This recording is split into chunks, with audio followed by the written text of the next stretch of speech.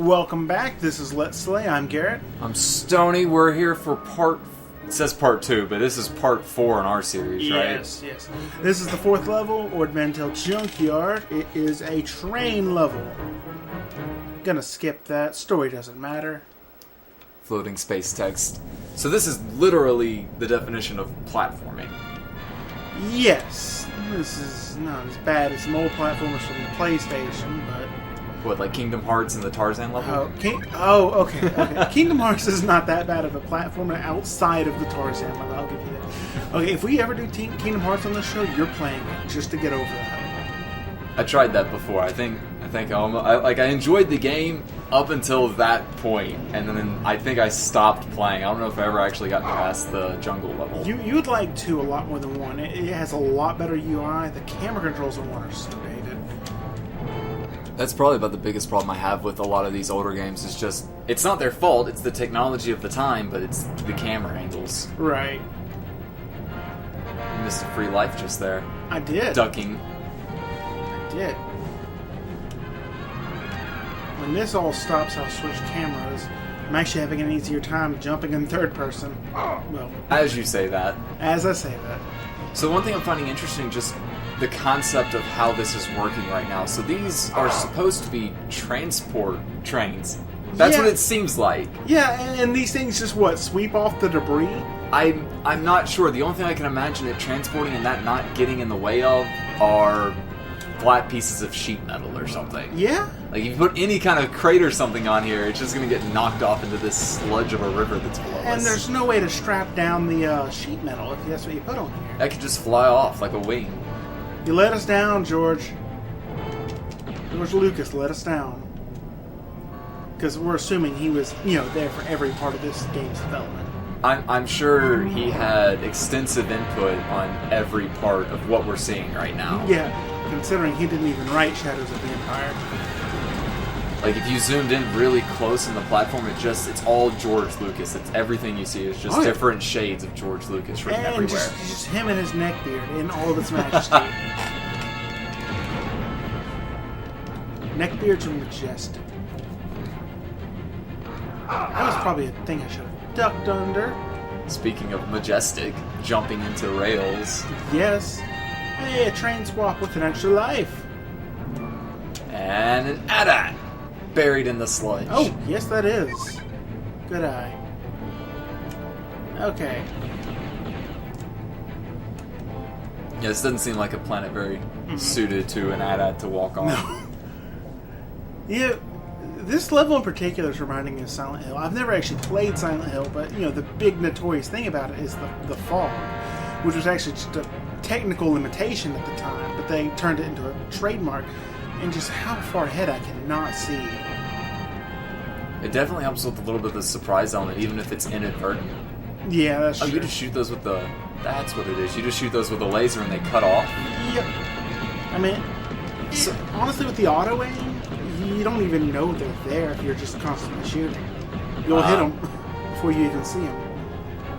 It does beg me to ask the question again, what is the purpose of them being there aside from for you to shoot? Once again, to scrape off unwanted debris. They are emancipation grills. Emancipation grills.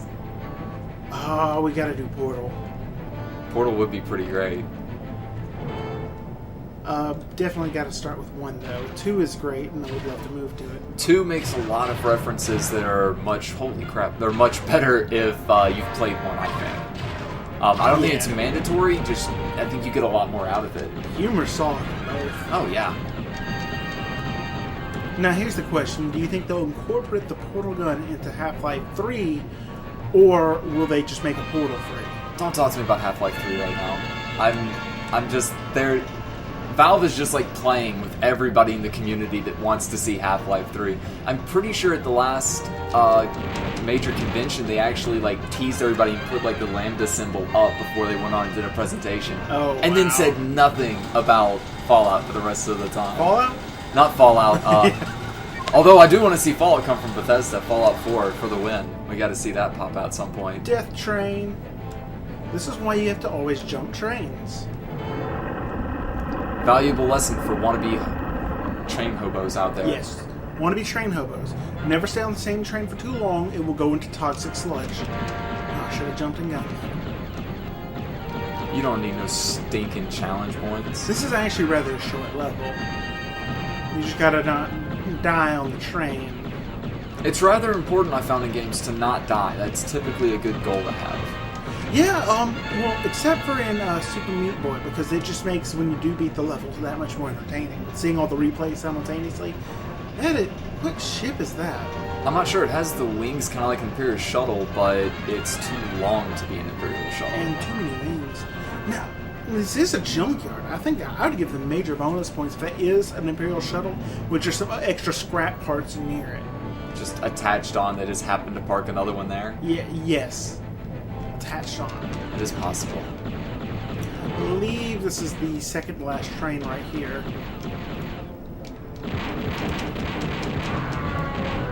The next level I'm not looking forward to. I'm looking forward to the boss fight at the next level, but it's a little bit more difficult. These guys armed with these spears are behind the times, let me tell you. Yes. I mean, yeah, it's Star Wars. Where's our lightsabers? If they were like the spears even that Grievous's guards have. The shock spears that they have. I'm sure there's a real name for it that I don't know. Shock spear works. There we go. That's canon. That's canon.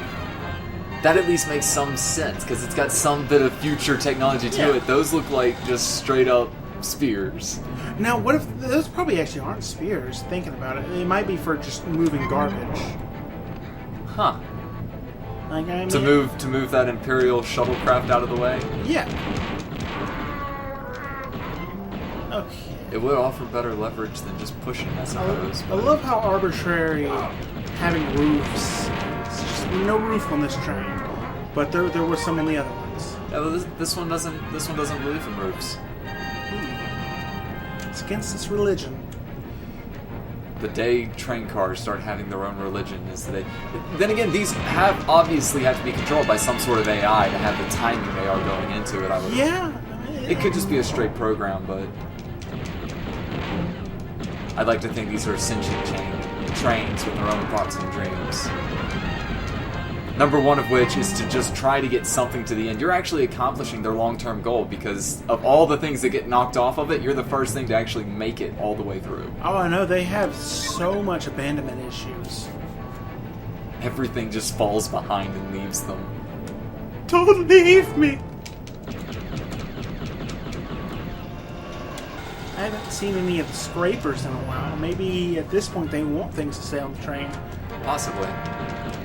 Or they've got more drones here though to monitor it. So now, here's an interesting thought. All the train cars that actually have the compartments on it. I wonder if the compartments are actually, like, we see these holes get lifted and latched on, and they take the compartments off to scrape off all the excess debris. It seems like a lot of extra work. I don't know. I feel like maybe there wasn't a lot of thought put into the whole train system here, other than let's let the player dodge stuff. It is aesthetically pleasing. For the time. Okay. The boss of this level is IG-88. He is a robot.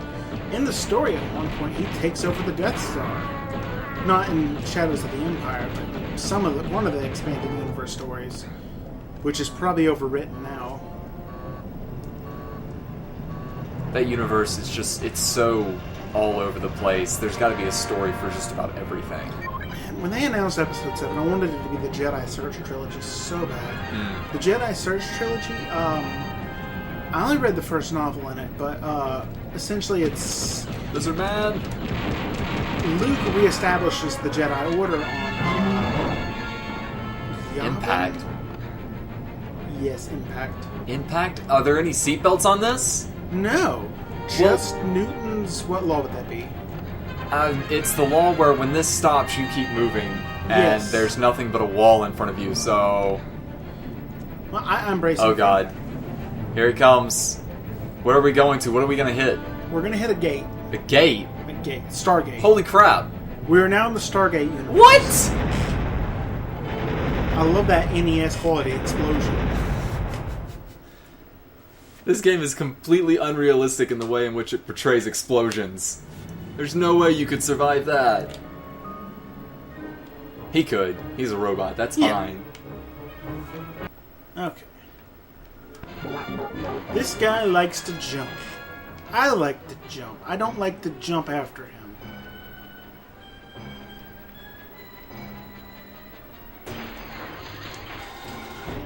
Oh, does it have to change my camera back every time? Oh, no, no, no. Okay, that's health. I need to find seeker ammo. And I think it is... Okay, yeah. Got 45 left over from the previous level. Will it take more than that? Probably won't, but I mean, no point. I mean, since it carries over. Oh, okay. Don't fall. Hey. There's only 5? I feel cheated. Oh. For Seekers, they don't seem to seek her, but they do a nice amount of damage. Yeah. I somehow remember. Oh, he has a flamethrower. Oh, but you got him. Yeah. Was that a purple flamethrower?